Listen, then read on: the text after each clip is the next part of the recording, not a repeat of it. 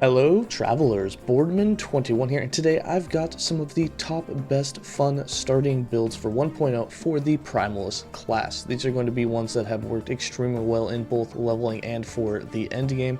They're overall a lot of fun, and some of them are even the best at what they do.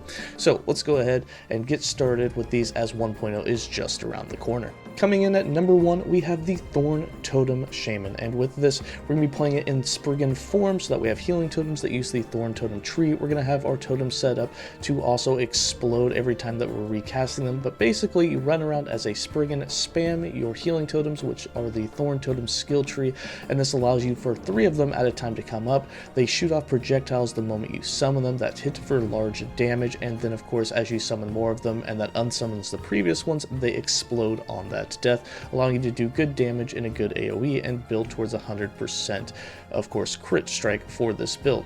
You don't have to play it in Spriggan form, although it's recommended. You also don't have to play it as the Shaman Mastery, but again, recommended as it has lots of good synergies. And of course, leveling up with this build is extremely fast because you get access to the totems and Spriggan form relatively early. With all that in mind, it's why I've recommended it as one of the best fun starting builds for 1.0. Coming in at number 2, and especially if you like minions, this is the Beastmaster class with wolves turned into squirrels using the unique Herald of the Scurry. Now again, you don't have to convert them into squirrels, and for some people it can take a while to find that helm, but remember, the wolves do just fine by themselves, and if you're going COF or into the trade faction, it should be much easier to get your hands onto that item, or just find it yourself with COF with prophecies and be able to target farm it. I don't see why you wouldn't be able to get it on the first day if you're really aiming for it and know what you're doing. Overall though, once you get the squirrels going and you build into their crit and leech off of that crit with Aspect of the Lynx, they become a powerhouse. Add Scurry and Rage, their active ability, into that, and they go absolutely nuts. It's overall a very fun build, especially watching your squirrels go to town on all of the enemies.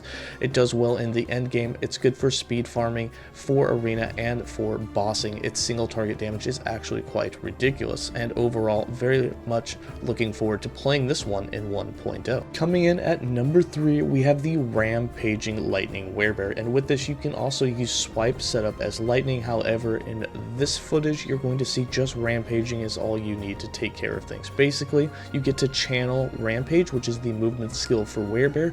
You go in a straight line, which allows you, but it has no cooldown, so if you ever need to change direction, you simply stop and then you change direction and keep going, allowing you to clear maps extremely fast. Now, while you're rampaging, you get 5 strikes of lightning per second at nearby enemies. Tag that along with us stacking up Maelstrom, and that doing another strike per second allows you to have 6 strikes per second, and as you can see, you can get to 100% crit relatively easily with this build, and you can make it hit quite hard thanks to the passive node inside of Werebear that allows you to scale strength with flat spell damage for your lightning Werebear. Basically what that means is for every point of strength you get +1 flat spell damage, and that allows the lightning strikes to hit much harder. Overall, in the end game, this build is extremely fun. You get to rampage around as a bear, and while doing that, have lightning strikes visually all over the screen, which is really cool. It's very tanky. You can take down the entire end game with it. But be warned, the single target of this build can be a little slow. That's why a lot of people add in swipe, which is already converted to lightning for you, and just build as much damage out of that for their single targets. Of course, switching between swiping and rampaging is also a lot of fun to mix the build up, but of course, if you just want to rampage, it's totally possible to do that too. Works well through the campaign as soon as you gain access to that strength being added as flat spell damage for you, and in the end game, you're very tanky, and again, you can do all of the content in the game. Coming in at number 4, we have Bina's Lightning Swarmblade, and with this you're going to have lightning strikes coming down, you're going to have Maelstrom around you, but a good chunk of your damage is going to be coming from swipe as well, and all that gives you a ton of dodge, a ton of leech, and of course being in Sword Blade form, you already have a ton of movement speed, so this is a very fast-paced build in which you're just very tanky, and you just go into melee action and take care of business.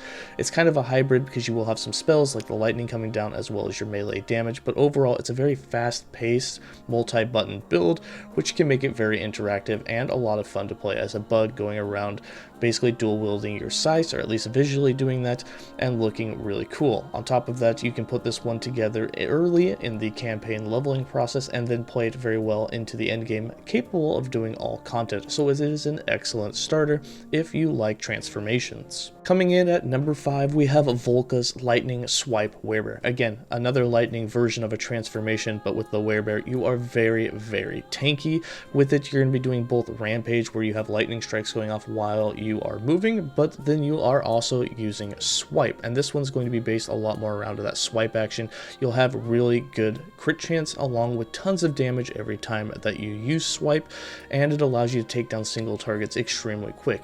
Again, you're very, very tanky, so this build goes into the end game very, very far, does all the content in the game, and of course, because you're based around Swipe and just Werebear transformation, which is what you get the moment you unlock Druid, you can start this very, very early in the game, level all the way through the campaign with it, and scale it quite well into the end game. With all that in mind, that's why it is on this list as a very fun to play transformation build, as well as one of the best for leveling as a Druid and for the end game as a Druid as well. Coming in at number 6, we have the Curses Earthquake Swipe Beastmaster, and with this you're basically going to be running around using Swipe as much as possible. You have Aspect of the Shark, a whole lot of things that are going to boost your attack speed. You have Frenzy, Warcry with its Berserker, all of that, and then with all of that attack speed and getting some mana back with Swipe, which is also doing really good damage, you're going to be proccing Earthquake or using Earthquake as much as you possibly can to have it and all of its Aftershocks going off, and this is going to allow you to stack up a ton of dot damage with those Aftershocks, which allows you just to absolutely melt enemies. This is good for both farming in the end game. Single target damage is very impressive with very quick kills on T4 Jorah and all the other bosses, and of course you can push it in the arena as well, as it has a lot of leech and tankiness to it.